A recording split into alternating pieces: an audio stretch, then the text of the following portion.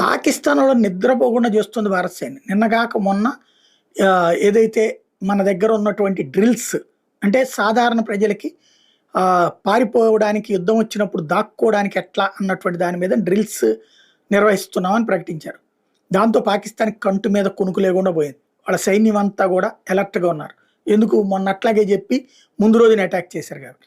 అయితే దానికి కాస్త ప్రశాంతంగా నిద్రపోదామంటే ఎందుకంటే నిన్న జరిగిపోతున్న విన్యాసాలు అనుకుంటే జరగల. దాంతో టెన్షన్ ఏం జరుగుతుందని.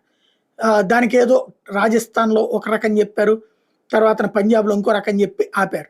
తర్వాత రేపు పెట్టారు. దీని మొత్తానికి ఆపరేషన్ షీల్డ్ అనేటటువంటి పేరుతో సాయంత్రం 5 గంటలకి 31వ తారీఖు ఏదైతే జమ్మూ కాశ్మీరు, పంజాబు, హర్యానా, చండీగఢ్, రాజస్థాను, గుజరాత్ ఈ 7 రాష్ట్రాల్లో కూడా అంటే ఒకటి రాష్ట్రాలు, రెండోది యూనియన్ టెరిటరీస్